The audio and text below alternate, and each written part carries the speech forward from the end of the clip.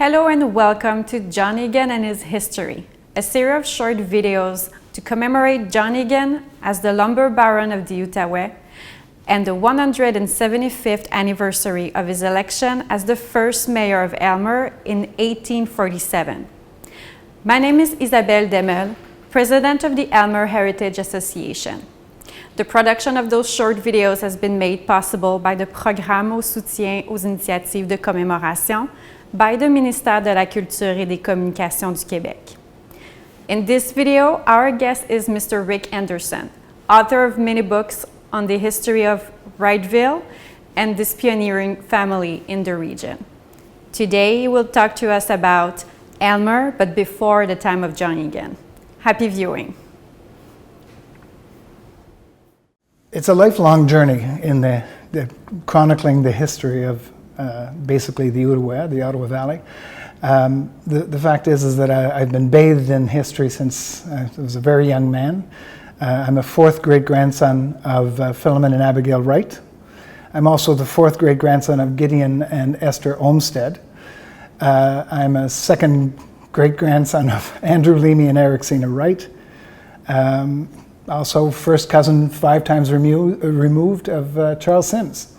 So there's no question that I have trudged with my father, who was the family historian before me, through practically every cemetery and every site in the area for years and years and years. And then when my father died, I took over the family, the job of being family historian. The pre-colonial history of Aylmer is very indistinct for the simple reason that the pre-colonial history was not written by the Anishinaabeg. Now obviously this is the territory of the Anishinaabeg, the unceded territory. So there was always populations living in the area, but the Ottawa River was also the superhighway of pre-colonial era and the colonial era as well. So there were many First Nations who traded and hunted and fished in this river. In the Aylmer area itself, there's very little known about any previous encampments or occupation. There is a known encampment at Bell's Bay in the Deschênes area, and there are 2 known Indigenous cemeteries in the Aylmer area as well. There's one at Blueberry Point at Witchwood, and there's another one on Aylmer Island. The time frame of settlement here in the colonial era is, it begins in fact in 1791. Now the reason why it never began before then is because of the fur trade, that in New France and then during the British era, there was a reason to keep this place closed, and that was that they needed to control the fur trade. But by 1791 there was a need to ensure that this area was settled, principally because of the new American independence, the War of the Revolution. So the fact of the matter is in 1791, the Lower Canada Executive Council puts out a program, and they advertise this essentially throughout the settlements of New England and in Canada, as well as across the Atlantic in Europe. And it's a program called the Leaders and Associates Program. And under that program, anybody who promises that they will settle the area can be granted large tracts of land. Now they are granted those large tracts of land, but they make a promise. There are 4 things that they must accomplish before the deed or the patent will be given to them. And the 4 things that need to be accomplished are, there's the surveying and clearing the land, they're building the buildings that are required for the infrastructure of villages, or a village at least, road work, and there has to be a plan for a government village. Now, the government village is key, particularly when we're talking about Aylmer, and it's probably the most misunderstood element of the development, and that is that nobody was going to be planning a government village, meaning a large village that was going to be run by the government. What that meant under the Leader and Associates program is quite simply that lots, probably very small lots, had to be reserved for a post office, a county office, and a jail and courthouse. So that's it. So the fact is that I think what has made a lot of people believe that a government village, when it was created in Aylmer, was a really big thing, and it was decided and it was going to be huge. It wasn't. It was 3 lots. And the government village has a distinct part of the history of Aylmer. But in the colonial era, development in Aylmer begins in 3 stages. The first stage is coming from Wrightstown. Philemon Wright clears and creates a very large farm called the Britannia Farm. It ends up being 1,800 acres, so it's huge.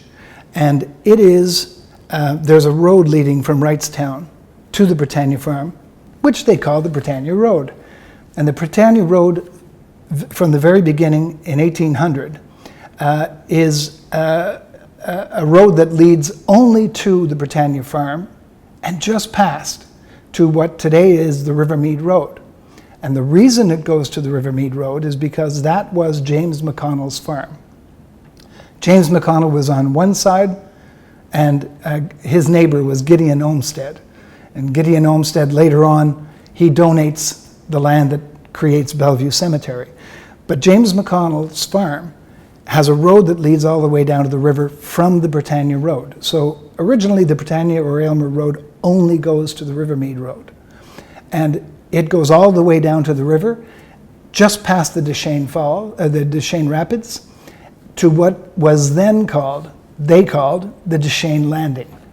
And it's right there at the Deschênes Landing that James McConnell develops the infrastructure that will become Deschênes Mills and ultimately Deschênes. So in 1802 is when he clears his land and he begins to farm. In 1810, sometime after 1810, he digs a canal and likely builds a mill, because you don't dig a canal unless it's going to lead to somewhere, and it's going to lead to a mill. So we don't know, we don't have a record exactly of when he builds that mill, but he does indeed. And so James McConnell and Gideon Olmstead begin the settlement at Deschênes Landing. But within 2 years of having built that road to Deschênes Landing, the Wrights decide to take the road all the way to the Chaudière Lake. Now Chaudière Lake, today we call Lac Deschênes, but Chaudière Lake is what it was called back then. And the landing at the end became known as the Chaudière Lake Landing. So that's in 1804. And it's at that time that many lots are sold, many lots are cleared, and a village of sorts begins. But the true village that becomes Aylmer is only truly installed, if you will, or founded in 1818. And it's when Philemon Jr., who basically managed almost everything for Philemon Wright, Philemon Jr. then not only improves the road, but he improves the landing. The road becomes known as the Britannia Turnpike. The landing becomes known as Turnpike End. The village, still being called Chaudière Lake Village, will ultimately be called Turnpike End as well. But the Chaudière Lake Village has 60 acres of cleared land by Philemon Wright, on which there's a hotel, and down by the landing there is a store and a tavern. So the beginnings of the village happened then, especially in 1818. And the Wrights have done a huge building project, because they have a tavern on one end of the Britannia Turnpike, and then back in Wrightstown they have 2 more taverns and stores.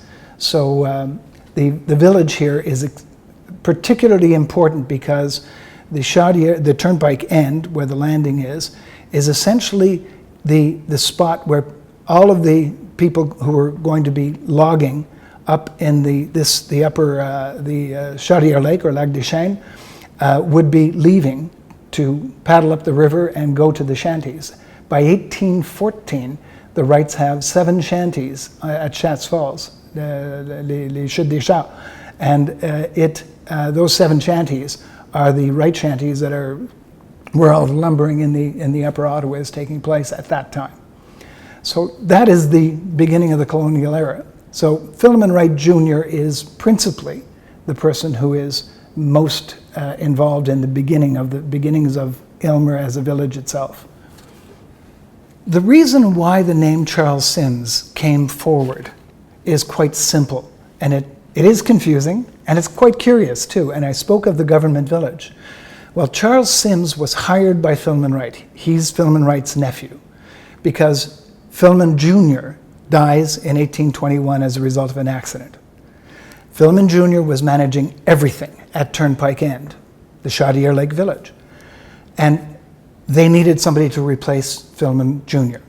So they took Charles Symmes, who was a 23-year-old clerk working in his uncle's firm of Philemon Wright & Sons, and they gave him the responsibility of managing Turnpike End.